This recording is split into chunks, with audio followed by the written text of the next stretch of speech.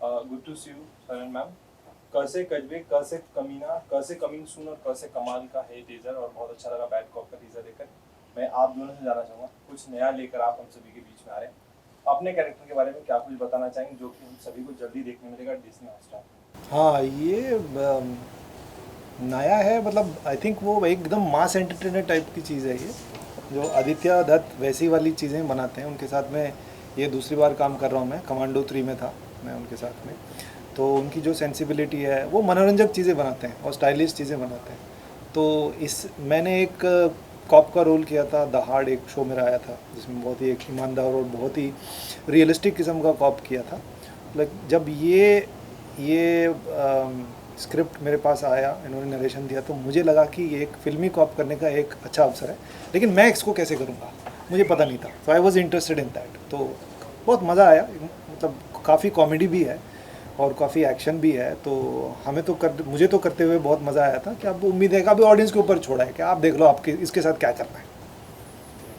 बिल्कुल, I think audience तो बहुत ही हम ऑडियंस के लिए बना रहे हैं ये सब। और हम कैरेक्टर पिक करने में जनता मेरे लिए जनार्दन। कैरेक्टर पिक करने में मेरे लिए बहुत ही एक ख़ास बात मुझे इसकी ये लगी कि हर ऑडियंस भी उनसे रिलेट करना चाहता है, जिसमें थोड़ा कॉमेडी हो, थोड़ा ड्रामा हो, थोड़ा एक्शन हो। I think we Indian audience I think उनको बहुत पसंद करती है। तो इसमें सब कुछ है मिला जुला के।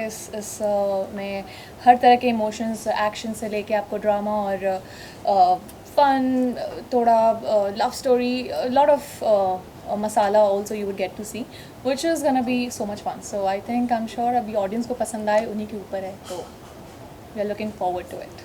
अनुराग सर को एज अ डायरेक्टर तो काफ़ी ज़्यादा पसंद किया ही गया था, बट इसमें एज अ मेल लीड वो काम कर रहे हैं, तो किस तरह का डिफरेंसेस आपको लगा?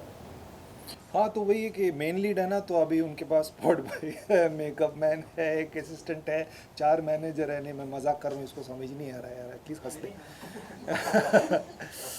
नहीं, वो काफ़ी अच्छा कर लेते हैं एक्टिंग, क्योंकि वो थिएटर करते थे पहले। जब वो पहले पहले मुंबई आए थे तो मकरंद सर के साथ बहुत नाटक किया उन्होंने, कई सारे शोज़ किए उन्होंने। लेकिन वो फिल्म मेकर ही बनना चाहते थे, कहानीकार ही बनना चाहते थे, तो उस पर ज़्यादा उन्होंने ध्यान दिया।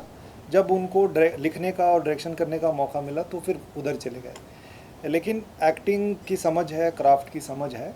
हाँ, हमारे जितना इंटरेस्ट लेके नहीं करते, लेकिन बिल्कुल वो कला की समझ है, उन्हें करते हैं, अच्छा करते भी हैं।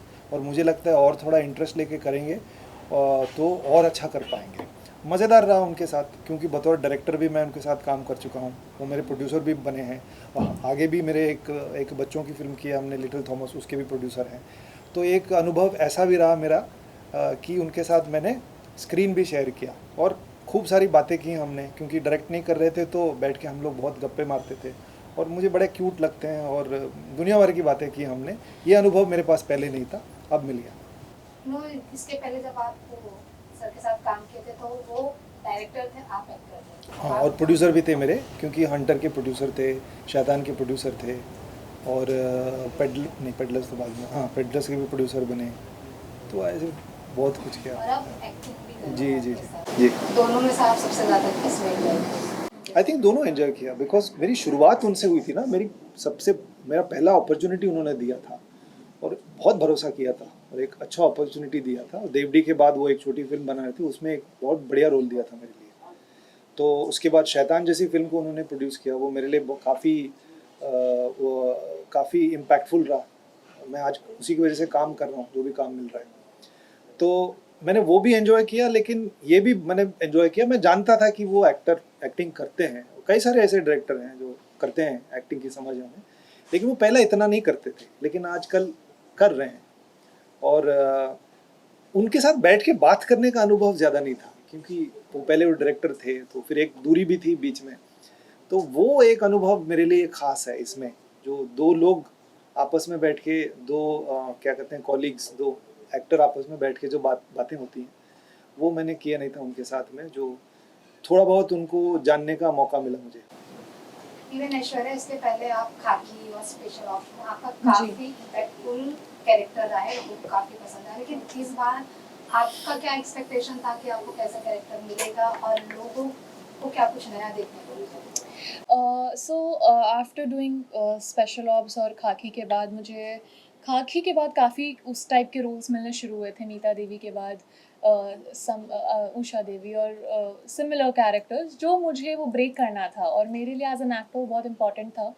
तो मैं उसी के उस पूरे प्रोसेस, उसके बाद मैंने मुश्किल से 6, 7, 8 महीने मैंने जितने भी स्क्रिप्ट्स आए थे मैंने उनको पढ़ के मना कर दिया था कि मुझे सिमिलर कैरेक्टर अभी at this point maybe I would not like to do it, but I was looking for something like this that what I've performed here, Kiki, which is a complete contrast. जो मीता देवी थी वो पूरी देसी थी, ये पूरी glam है, तो ये बहुत ही I was looking out for this. Kunal हमारे कास्टिंग डायरेक्टर, उन्होंने मैसेज किया कि डायरेक्टर आपसे मिलना चाहते हैं क्योंकि उन्होंने खाकी भी देखी है and there was a lot of mention even by Anurag sir. मैंने काम उनके साथ नहीं किया पर उन्होंने मेरा काम देखा है और काम के थ्रू अनुराग सर अगर कहीं बोल दे कि इनका काम अच्छा है तो लोग उसको सच में सीरियसली लेते हैं, बिकॉज उनका काम खुद का भी इतना वो कुछ भी supreme बोलते हैं रहा लोग है। सीरियसली ले लेते नो हैं। Definitely this is no denial.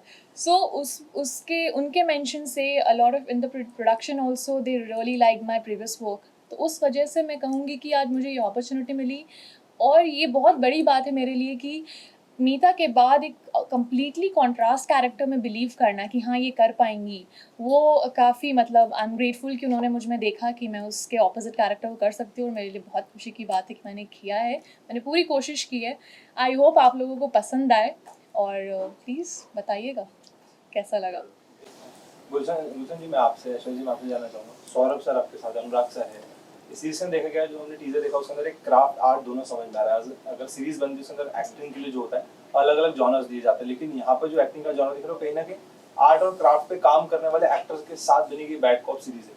अगर बात करूँ शूटिंग टाइम की, अगर आप जब प्रैक्टिस करते थे, शूटिंग का जब टाइम होता था, तो किस तरीके का क्राफ्ट और आर्ट्स को लेकर बात होती थी?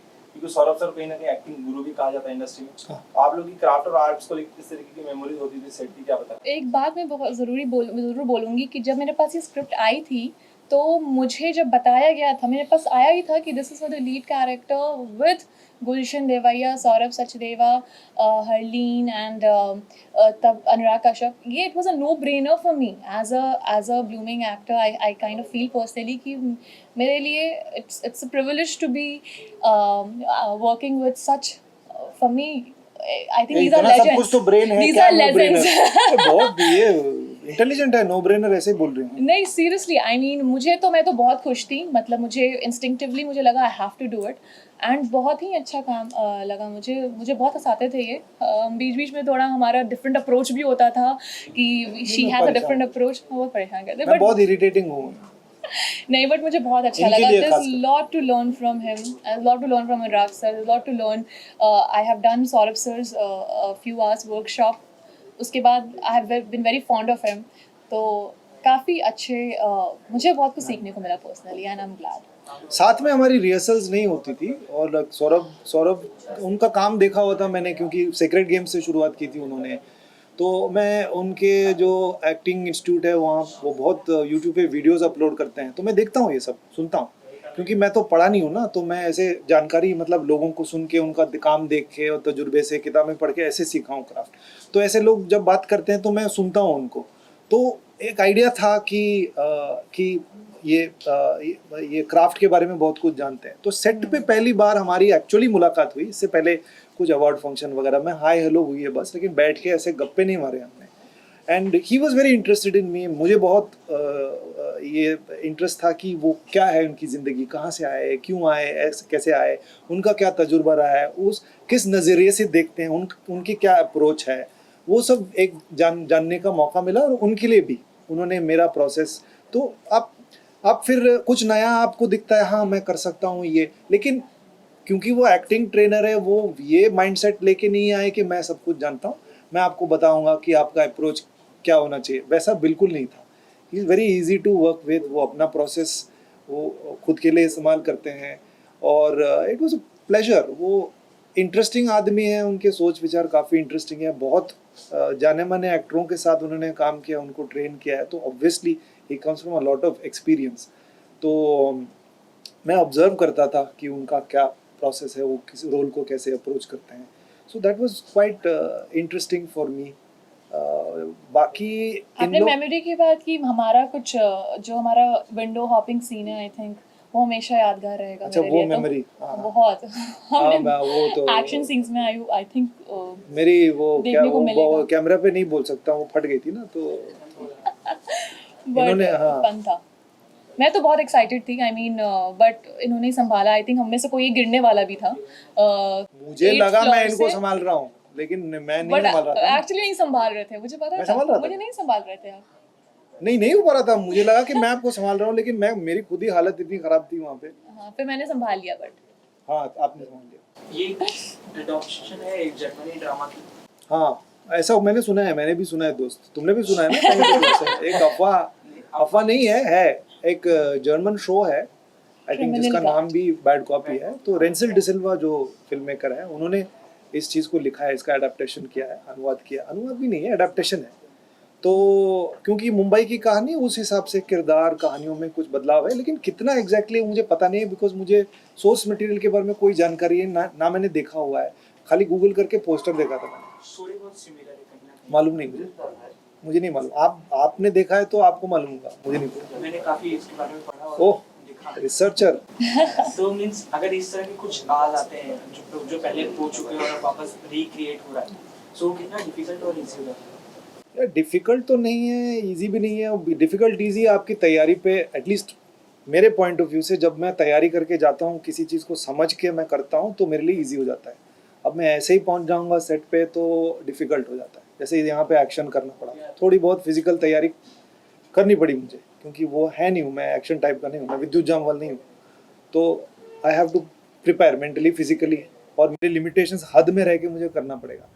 तो वो सब है, वो उसके लिए प्रिपरेशन करके जाएंगे तो सब कुछ ईजी है। सर लास्टली आप अपने फ्रेंड्स फैमिली फैंस को क्या कुछ कहना चाहेंगे जो इस सीरीज का वेट कर रहे हैं? फ्रेंड्स फैमिली फैंस तो देखेंगे ही, और बाकी लोग जो हम लोग को नहीं जानते, आप भी देख लो, आप भी बन जाओगे फ्रेंड, फैमिली और फैंस, है ना? मज़ेदार चीज़ है ये।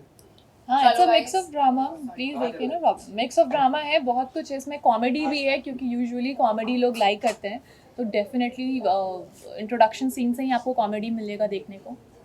तो डिज्नी प्लस हॉटस्टार में देखिए bad cop. Yes, thank you so much. Thank you guys. Thank you.